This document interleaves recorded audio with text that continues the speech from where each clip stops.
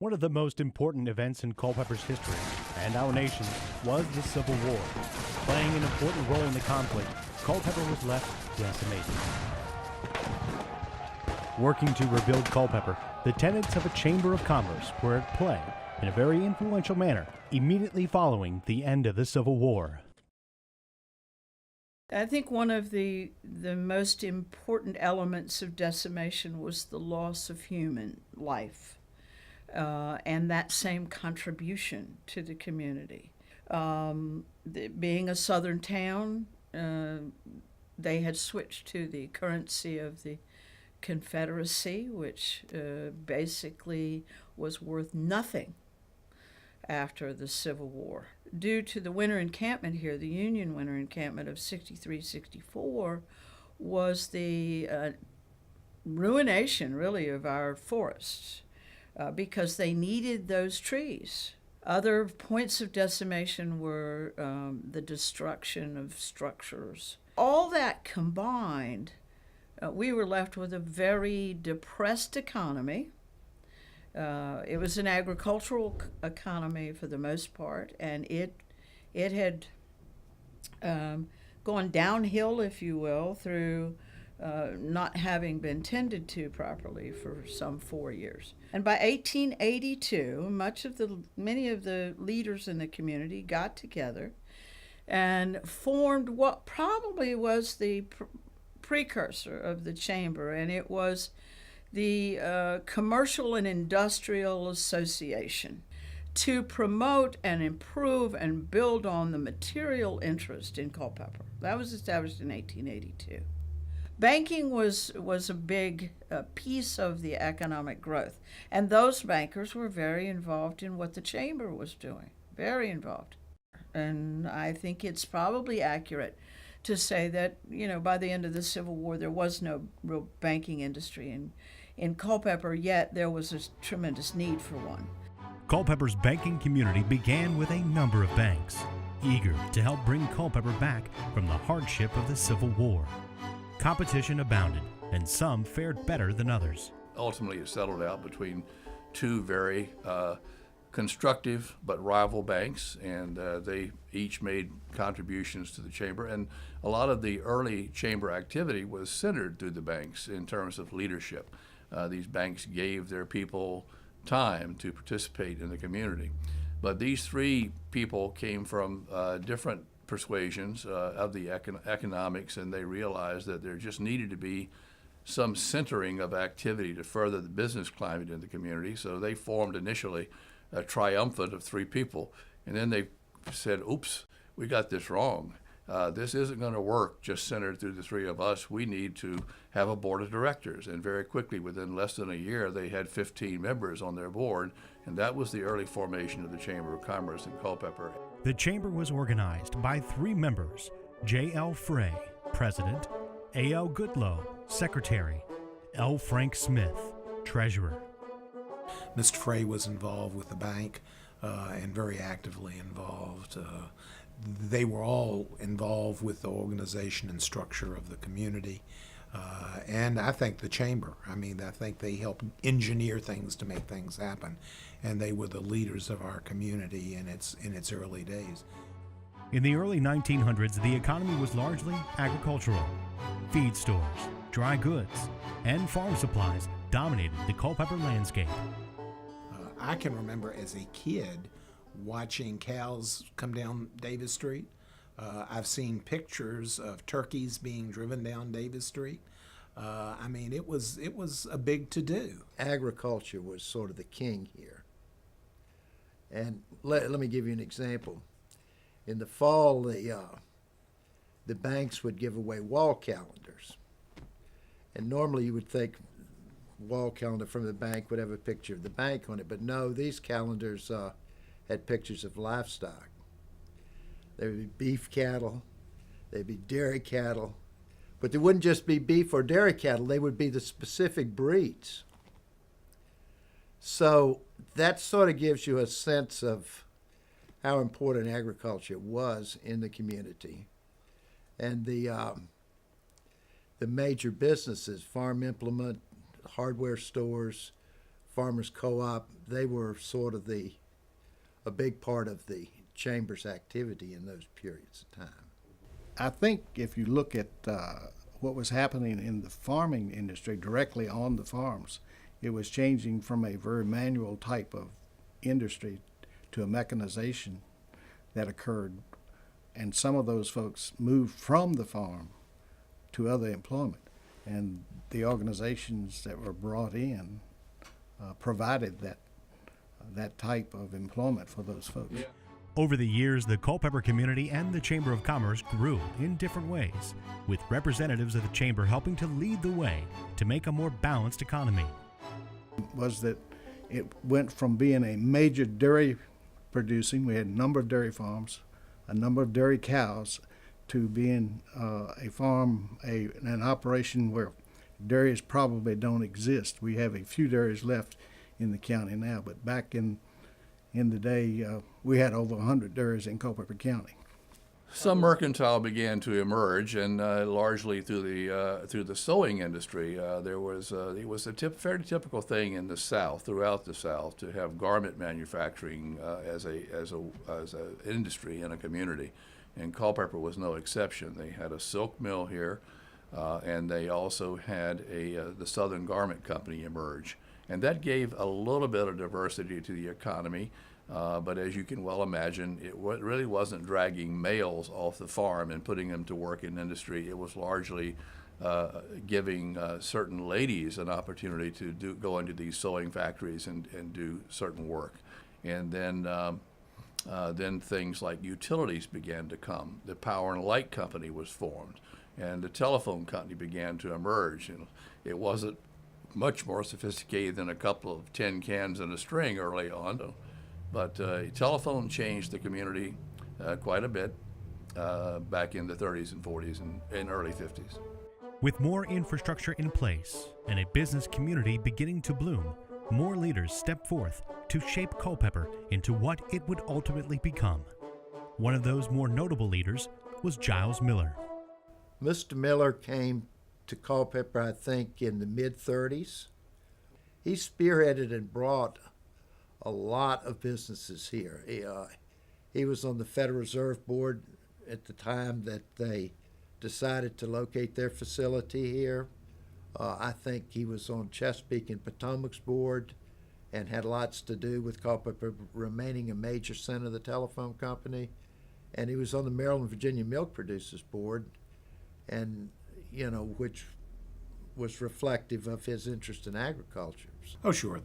The chamber was involved a lot of the growth that expanded the community.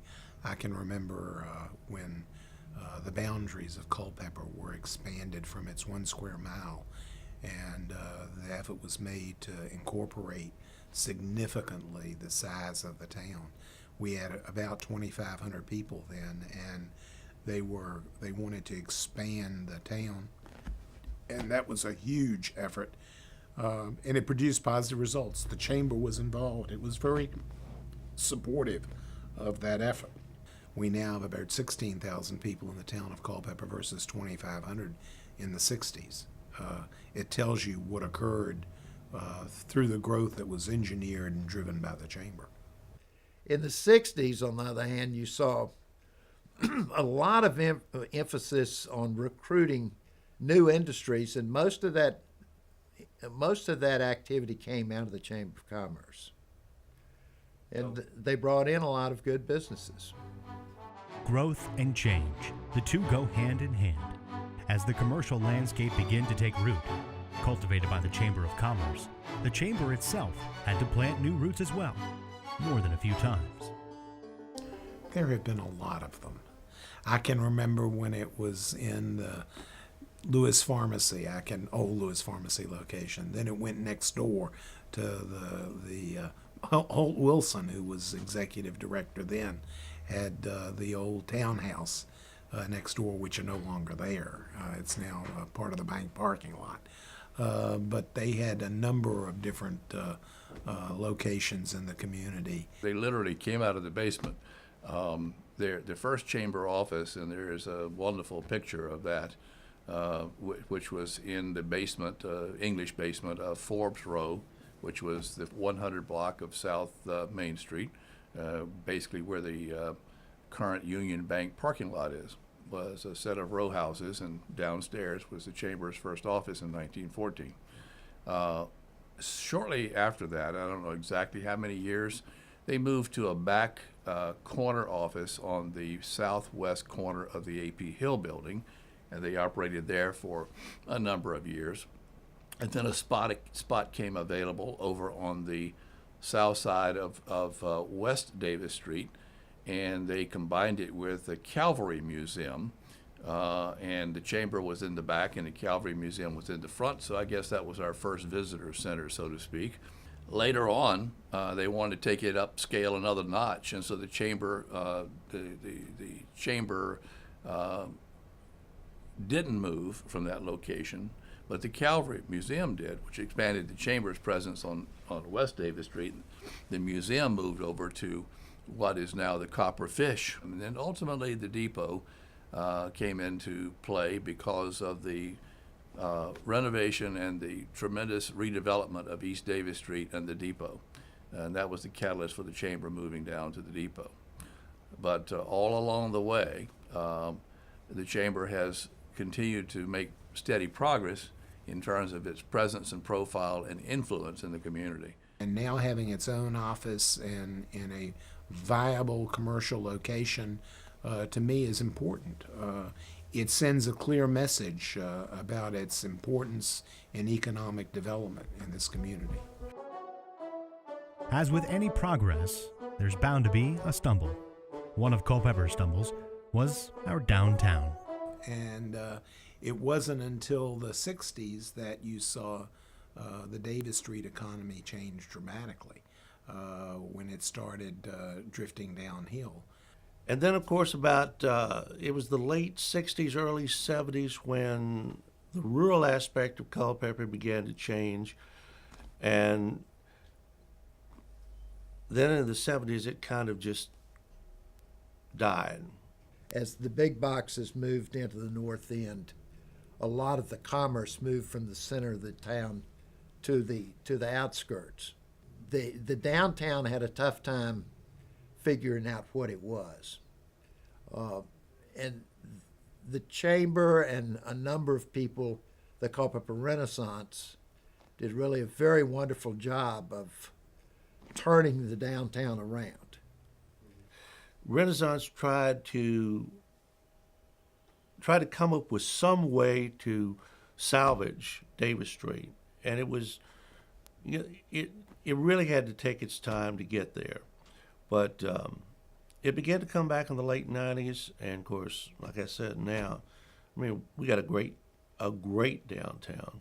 It's been a long process. It has not been an immediate, exciting downtown. It really has evolved over a long period of time.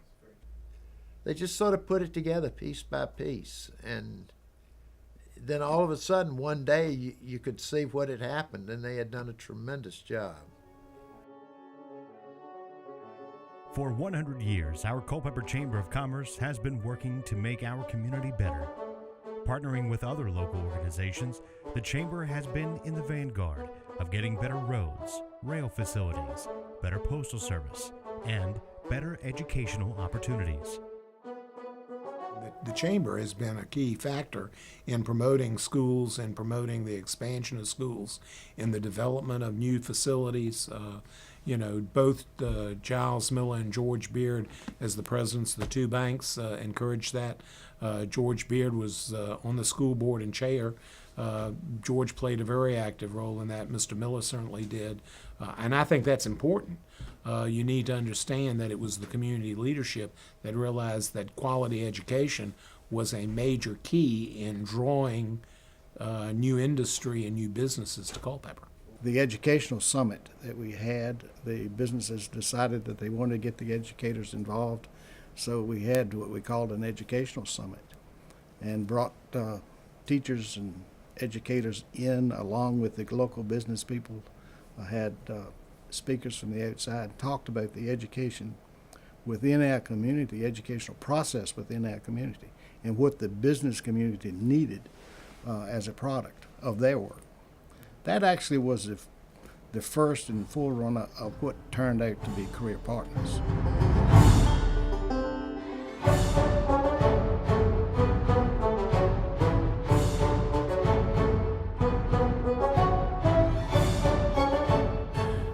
The chamber, as it emerged, was largely what I call a network of folks that were largely volunteers, volunteering their time for the betterment of the community.